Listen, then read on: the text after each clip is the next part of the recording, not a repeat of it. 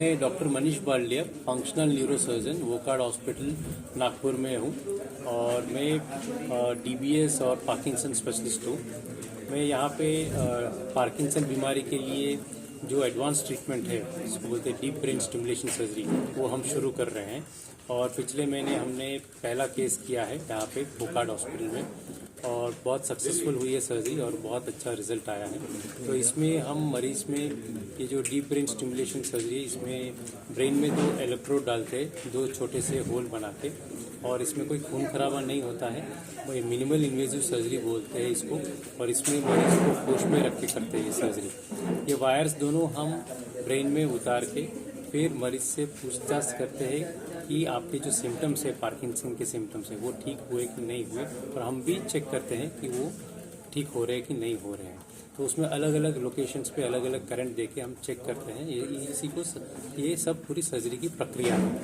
तो ये सर्जरी के दौरान हम जब कंफर्म करते हैं कि हाँ, इस जगह पे हमें अच्छा रिजल्ट आ गया है और कोई साइड इफेक्ट नहीं आ रहा है यहाँ पे, और उसी जगह पे हम वायर को परमानेंटली प्लेस कर देते हैं। उस वायर को हम फिर गर्दन के थ्रू स्किन के अंदर से छाती के यहाँ पे एक पेसमेकर रखते हैं और इस पेसमेकर से कनेक्ट करते हैं। ये पूरी चीज़ अंदर ही रहती है, कोई भी वायर या पेसमेकर बाहर नहीं दिखता है। फिर तीसरे दिन हम इसको धीरे धीरे चालू करते हैं और करंट को एडजस्ट करते हैं और मरीज के पूरे सिम्टम्स को हम पूरे काबू में लेके आते हैं। ये जब करते हैं तो मरीज की जो दवाइयाँ होती है वो 60 to 70% ऑलमोस्ट कम हो जाती है। और जो लोग सर्जरी शुरुआत में कराते हैं पार्किंसन बीमारी की शुरुआत में, तो उनकी तो दवाइयाँ पूरी बंद ही हो जाती है। इस सर्जरी के बेनिफिट्स क्या है? बेनिफिट्स ये है कि आपके जो सिम्टम्स है बिना दवाई के पूरे अच्छे से कंट्रोल हो जाते हैं और ऑलमोस्ट लाइफ लॉन्ग 25 साल तक ये स्टिमुलेटर चलता ही रहता है और आपको ये अच्छा रिजल्ट मिलता है। फिर आपका जो बीमारी बढ़ने का जो रफ्तार है, वो रफ्तार भी एकदम 60% रफ्तार कम हो जाती है। मतलब आपकी जो बीमारी 2 साल के बाद आने वाली है, वो आपको 6 साल के बाद दिखेगी। और फिर जो दवाई का रिक्वायरमेंट भी है, वो ऑलमोस्ट 1/4 एकदम रिक्वायरमेंट हो जाता है। मतलब 6 गोली से आप ऑलमोस्ट 1.5 गोली या 1 गोली पे आ जाते हो। तो इतना और गोली के जो साइड इफेक्ट्स है वो भी हम पूरे अवॉइड कर पाते हैं ये सर्जरी के थ्रू।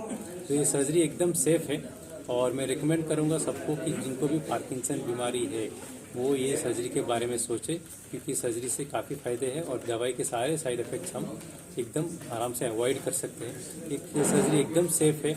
65, 70, 75, 80 तक आराम से ये सर्जरी करवा सकते हैं, कोई प्रॉब्लम नहीं है। और ये सर्जरी एकदम रिवर्सिबल सर्जरी है। ये एक ही सर्जरी है जो पूरी रिवर्सिबल है। इसमें कोई भी ब्रेन का स्ट्रक्चर काटते नहीं है या निकालते नहीं है, सिर्फ हम वायर को प्लेस करते हैं और इस डिवाइस को चालू करते हैं। अगर आपको पसंद नहीं है तो बंद कर दीजिए, आप पहले जैसे थे वैसे हो जाएंगे। अगर आपको लगता है कि इसके वजह से साइड इफेक्ट हो रहा है, और इसके कोई भी साइड इफेक्ट्स परमानेंट नहीं है, जो भी है हम तुरंत ही विदिन सेकेंड्स इसको बंद कर सकते हैं। तो एकदम सेफ सर्जरी है। सो आई विल रिकमेंड कि सारे जो भी पार्किंसन है जरूर इसके बारे में सोचें।